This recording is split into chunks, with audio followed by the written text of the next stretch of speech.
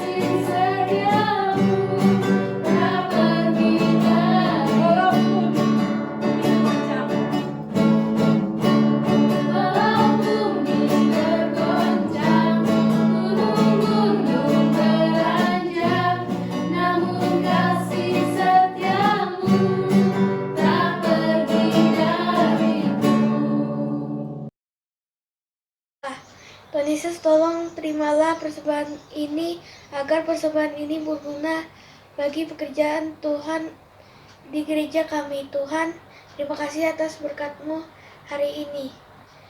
Terima kasih ya Tuhan, kami sudah berdoa di dalam nama Tuhan Yesus. Amin. Adik-adik, tibalah saatnya kita akan mendengarkan kebenaran firman Tuhan. Mari kita menyiapkan hati kita, pikiran kita untuk mendengarkan kebenaran firman Tuhan. Dan jangan lupa kita siapkan Alkitab kita untuk memahami kebenaran firman Tuhan. Mari kita angkat satu pujian dengan apakan Ku Balas Tuhan.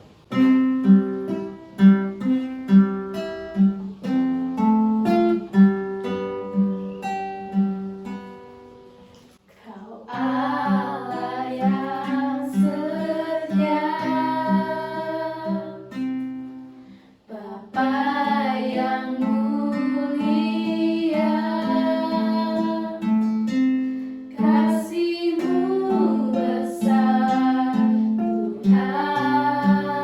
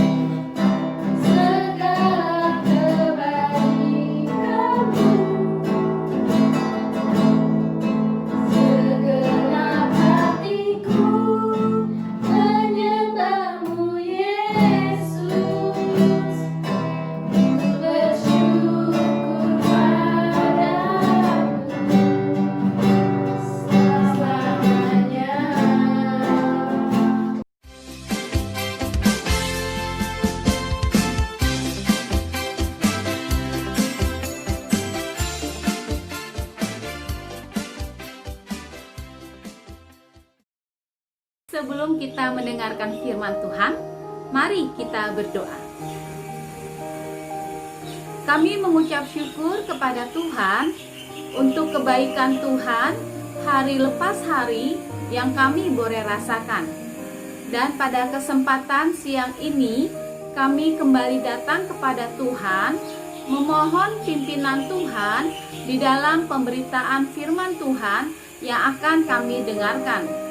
Kami memohon supaya cerita firman Tuhan yang akan kami renungkan menjadi kekuatan buat setiap kami. Oleh karena itu ya Tuhan, tolonglah Tuhan memberikan kami telinga seorang murid dan hati seorang hamba, supaya setiap kami boleh menjadi pelaku-pelaku firman Tuhan yang hidup. Terima kasih Tuhan, ini doa kami. Berkati dan urapilah setiap kami. Di dalam nama Tuhan Yesus, kami siap untuk mendengarkan cerita firman Tuhan. Amin. Adik-adik, tema kita pada siang hari ini adalah kisah Allah dari Kejadian sampai Filemon. Kita tahu selama beberapa minggu ini, selama beberapa bulan ini, kita sudah belajar mulai dari kitab-kitab dalam Perjanjian Lama sampai dengan kitab-kitab dalam Perjanjian Baru, yaitu Filemon. Teman-teman masih ingat pembagian kitab-kitab di dalam Perjanjian Lama?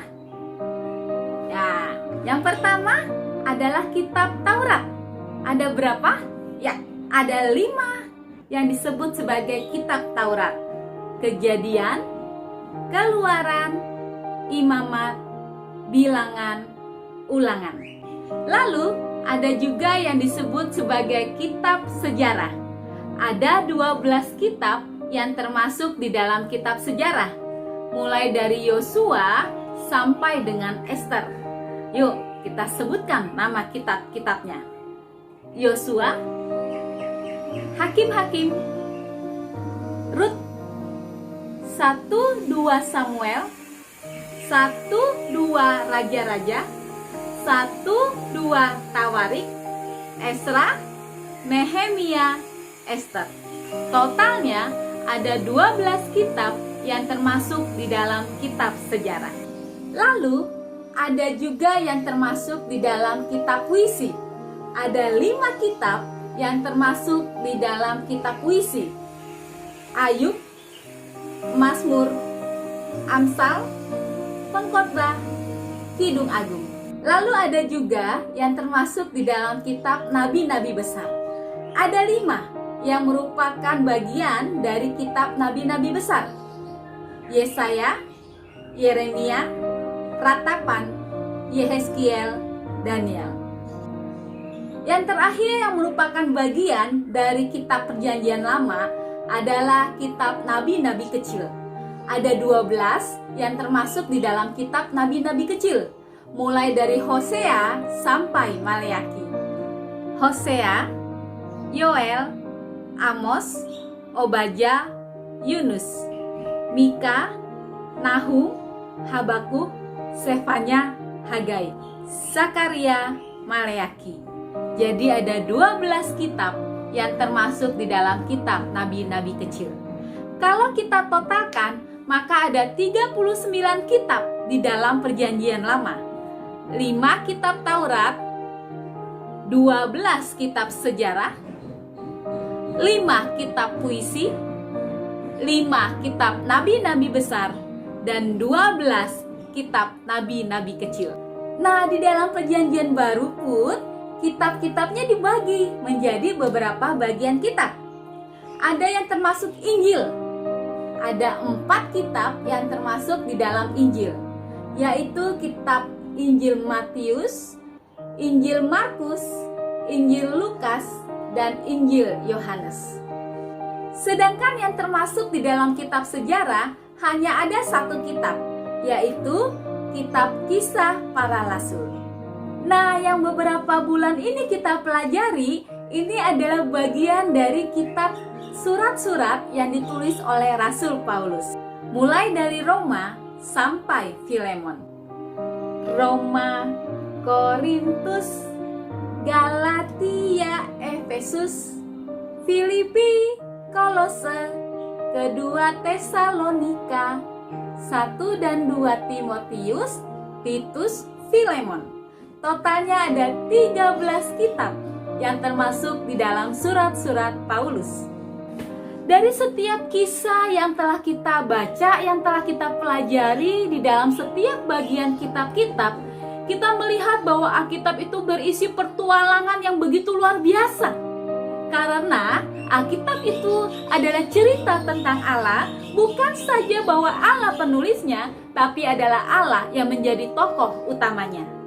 Dari setiap kisah yang diceritakan di dalam Alkitab, kita melihat bahwa Allah tetap memegang kendali atas segala sesuatu. Allah mau menunjukkan siapa Dia.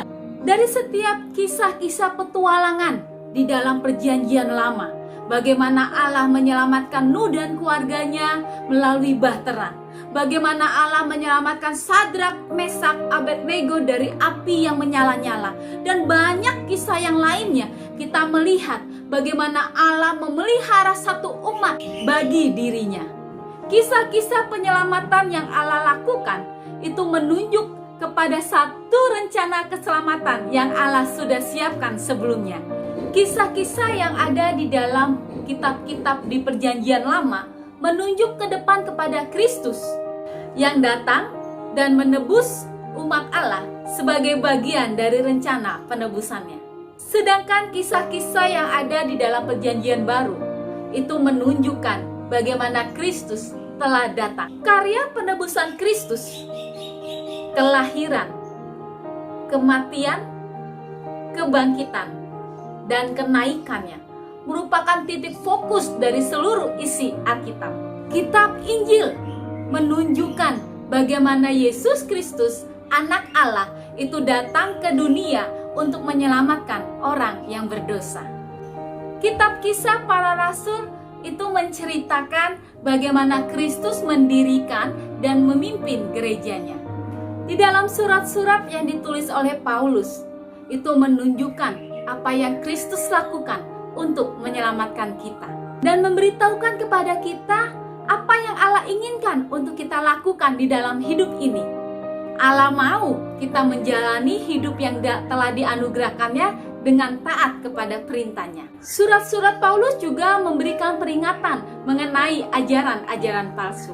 Adik-adik, Allah memberikan Alkitab kepada setiap kita supaya kita mengerti dan mengenal siapa Dia. Kita tahu kebenaran tentang Dia dan kita mempercayakan hidup kita kepada Dia dan belajar untuk bisa menjalani hidup sesuai dengan yang Dia inginkan. Biarlah setiap kita boleh menyadari melalui Alkitab yang kita pelajari bahwa Yesus Kristus adalah satu-satunya juru selamat penebus kita. Dia, Yesus, telah mati, telah bangkit, dan telah naik.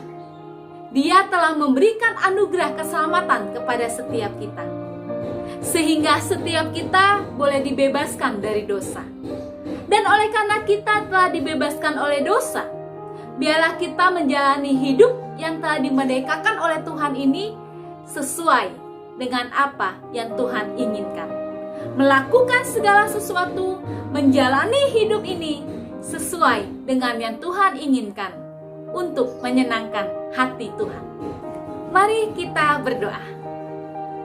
Tuhan, terima kasih karena Engkau telah memberikan Alkitab kepada kami. Biarlah melalui firman Tuhan pada siang ini, kami kembali diingatkan dan diteguhkan untuk terus mencintai firman-Mu dan terus selalu rindu mempelajari firman-Mu. Biarlah kami mengenal Engkau, Allah yang benar itu. Biarlah kami juga mempercayakan dan percaya kepada Kristus, Juru Selamat satu-satunya, yang telah mati, yang telah bangkit, dan telah naik ke surga. Dan biarlah kami pun di masa usia kami yang masih kecil ini, kami boleh menjalani hidup dengan baik, dengan benar, sesuai dengan kebenaran firman Tuhan, sesuai dengan yang Tuhan inginkan. Terima kasih Tuhan. Teruslah tolong kami dan bantu kami, agar kami menjadi anak-anak Tuhan yang selalu menjalankan kehendak Tuhan, menyenangkan hati Tuhan, memuliakan nama Tuhan. Inilah doa ucapan syukur kami. Di dalam nama Tuhan Yesus, kami berdoa. Amin.